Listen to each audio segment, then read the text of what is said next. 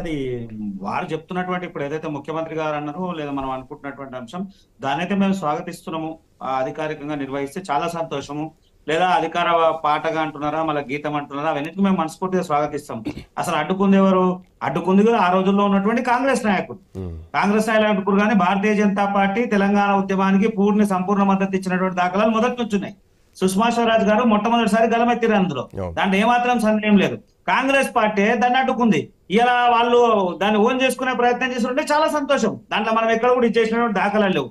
కానీ కేసీఆర్ మీద కోపంతోని లేదా ఆయన ఒకరి మీద ఒకరికి ద్వేషాలు పెంచుకునేటువంటి ధోరణి కాకుండా ప్రజాస్వామ్యబద్ధంగా ముఖ్యమంత్రి గారు పాలన జరిగితే చాలా సంతోషం. ఆ రోజుల్లో ఉన్నటువంటి అనేక మంది కోరిక నీళ్లు, నియామకాలు, నిధులు అనేటువంటి అంశం మీద తెలంగాణ విద్యార్థులు, తెలంగాణలో ఉన్నటువంటి ప్రతి సామాన్యుడు కూడా ఆ రోజున తెలంగాణ ఉద్యమం కోసం చేసినటువంటి దాఖలాలు మనందరికి తెలుసు. ఆ ఉద్దేశంతో ఇప్పుడు ఉన్నటువంటి ప్రభుత్వం చేస్తే చాలా సంతోషం. అది కాకుండా కక్ష తీర్చుకోవాలనేటువంటి ఉద్దేశంతో చేసేటువంటి పాలన జరిగితే మాత్రమే ప్రమాదం. అటువైపు కాకుండా ఇంకొకటి, ఎవరైతే కేసీఆర్ గారు ముఖ్యమంత్రి ఉంటే ఆయన 10 సంవత్సరాల పాలన ఒక ప్రాంతం మాత్రమే, ఉత్తర తెలంగాణ వైపు మాత్రమే అభివృద్ధి జరిగింది. కానీ దక్షిణ తెలంగాణ కానీ ఎటువైపు జరిగినటువంటి దాఖలాలు లేవు.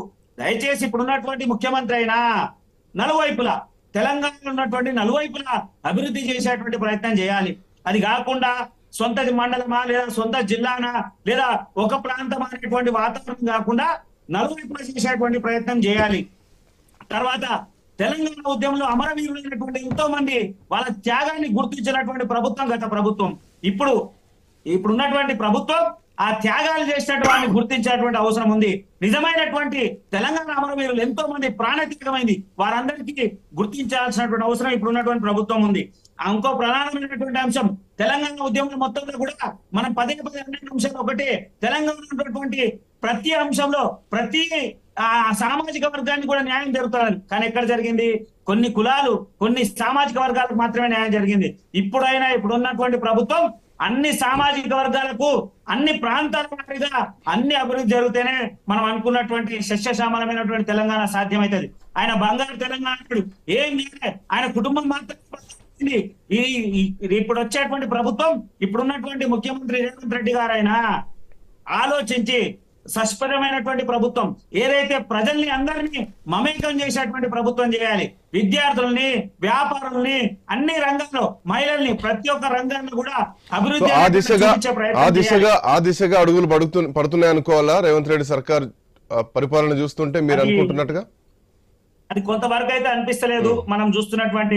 ఎందుకంటే మొన్న మాట్లాడినప్పుడు 100 రోజుల పరిపాలన రిఫరెండం అన్నారు. ఆ రిఫరెండం లో ఏందో మనకు తెలుసు. వీరు ఉంటున్నటువంటి పథకాల్లో పారదర్శకత లేదు. ఏదైతే పథకం ఇస్తారో ఆ పథకానికి సంబంధించినటువంటి పారామీటర్ సరిగ్గా ఉండడం వల్ల ప్రజాధనం దుర్వినియోగం అయితే ఉంటది. ఎప్పుడైతే ప్రభుత్వం చేస్తున్నటువంటి ప్రతి పథకం మీద 1కి 4 సార్లు ఆలోచించి ఆ పథకం వల్ల మధ్యతరగతి పేదవాడికి ఎంత ఉపయోగపడుతుంది చూడాల్సినటువంటి ప్రభుత్వం అది చూడకుండా ఓట్లు రాబట్టుకోవడానికో లేదా ప్రజల్ని మభ్యపెట్టడానికో చెప్తున్నటువంటి పథకాలలో ప్రజల్లో యొక్క ఆ డబ్బు దుర్వినియోగమైనటువంటి ప్రమాదం చాలా వరకు కనబడుతుంది. ఈ ప్రభుత్వం అట్లా చేయకుండా, ఎందుకంటే వాళ్ళు ఇచ్చినటువంటి 6 హామీల పరిస్థితి మనకు తెలుసు. ఒక్కొక్క హామీకి 6 హామీలు అంటారు. 6 హామీల్లో ప్రతి హామీలో 1, 2, 3 అంశాలు లోబడి ఉంటా ఉన్నాయి. అంటే ఈ రకంగా ఎట్లా సాధ్యమైతే కదా, అంటే 6 గ్యారెంటీలు అమలు చేస్తున్నారు. మీరు అన్నట్టు 1, 2 లోబడి దాంట్లో లోపాలు ఉంటున్నాయి అంటే మేబీ వాళ్ళకి కొంచెం టైం తీసుకుంటే బహుశా సెట్ చేసుకుంటారేమో కదా. ఇప్పుడు ఆ టైం తీసుకున్నటువంటి ఆలోచన జనరల్ గా చెప్పాలంటే ఇదేమో ట్రయల్ మ్యాచ్ లేదా ట్రయల్ రన్ అన్నట్టు కాదు కదండి. ప్రభుత్వము 1కి 2 సార్లు ఆలోచించాల్సినటువంటి అవసరం ఉంది. ఒక పథకాన్ని ప్రవేశపెట్టినప్పుడు ఆ పథకానికి సంబంధించినటువంటి పారామీటర్ ఉండాలి. ఎగ్జాంపుల్ గా మీరు ఇచ్చినటువంటి ఉచిత బస్సు ఏదైతే పెట్టారు, మహిళలకు ఉచిత ప్రయాణం అన్నాం. ఉచిత ప్రయాణంలో ఎవరు ట్రావెల్ చేయాలి, అది ఏ రకమైనటువంటి ప్రణాళిక చేస్తే బాగుంటది, ఎట్లా చేస్తే? ఒక సందర్భంలో ఏమన్నారు, మీరు ఆధార్ కార్డు ఉంటే చాలన్నారు. తర్వాత ఆధార్ కార్డు ఒరిజినల్ ఉండాలంటారు. ఫోన్ లో ఉంటే చూపియరు, అట్లుంటే చూపియరు. తర్వాత ఈ బస్సే అంటున్నారు, మళ్ళీ ఈ బస్సు లేదంటున్నారు. అట్లా కాకుండా సరిగ్గా నిజంగా మధ్యతరగతి పేదవాడికి ఏ రకంగా ఉపయోగపడుతుంది ఆ రకంగా ఉపయోగపడే బస్సుల షార్టేజ్ సంబంధించి కొంతవరకు కంప్లైంట్స్ ఉన్నాయేమో కానీ ఫ్రీ బస్సుకు సంబంధించి ఇప్పటి వరకు పూర్తిగా అమలైంది అన్నది సాటిస్ఫాక్షన్ మాత్రం కనిపిస్తోంది. మనం సాధారణమైనటువంటి అంశం ఒక అంశం చెప్తానండి. వీళ్ళ మహిళా ప్రవేశం, మన ఉచిత బస్సు మీద మహిళల ప్రవేశం మీద ఒక చిన్న ప్రణాళిక చెప్తా. 1 లక్ష రూపాయలు సంపాదించేటువంటి మహిళ, ప్రభుత్వ ఉద్యోగం ఉండని, కార్పొరేట్ ఉద్యోగం ఉండని, ఆవిడకు కూడా ఉచిత ప్రయాణం అనేటువంటి అంశం ఉంటే తప్పకుండా సద్వినియోగం చేసుకుంటది కదా ఆవిడ. ఉమ్, ఆవిడ ప్రయాణం చేయడం వల్ల ప్రభుత్వానికి నష్టమా లాభమా? ఉమ్, అంటే మినిమం పారామీటర్స్ అంటే ఎవరికి ఇస్తారు, ఇచ్చినప్పుడు బస్ పాస్ ఇవ్వడమా? నిజంగా కూడా మధ్యతరగతి పేదవారికి మహిళలందరికీ నువ్వు బస్ పాస్ ఇస్తే ఏ బస్ లో ట్రావెల్ చేయాలి, దాని మీద ఆ బస్ పాస్ మీద ఉండాలి, మీరు ఏ బస్ ఎక్కొచ్చు ఏ బస్ ఎక్కొద్దు. లేదు ఇంకో బస్ ఏదైనా ఎక్కుతున్నాం అనుకో దాని మీద 50% ఛార్జ్ చేస్తామా? ఇవాళ ఏమైపోయింది, వీళ్ళు ఈ బస్ మాత్రమే ఎక్కాలంటున్నారు. పరిస్థితి ఎట్లా ఉంది మహిళల పరిస్థితి? ఆ ఎక్స్ప్రెస్ ఎక్కితేనేమో మొత్తం పైసలు కట్టాలి, ఇంకా డిలక్స్ ఎక్కితేనేమో పరిస్థితి లేదు. ఇప్పుడున్న బస్సు ఎక్కాలి, ఆ బస్సులో కూర్చోడానికి జాగా ఉండదు, వాళ్ళకి నిలబడే పరిస్థితి ఉండదు. అనేకమైనటువంటి అంశాలు జరిగి మనం చూస్తా ఉన్నాం. సరే ఉచితాలు ఇచ్చినప్పుడు ఇట్లాంటి ఇబ్బందులు తప్పాయి, బట్ దానికి సంబంధించి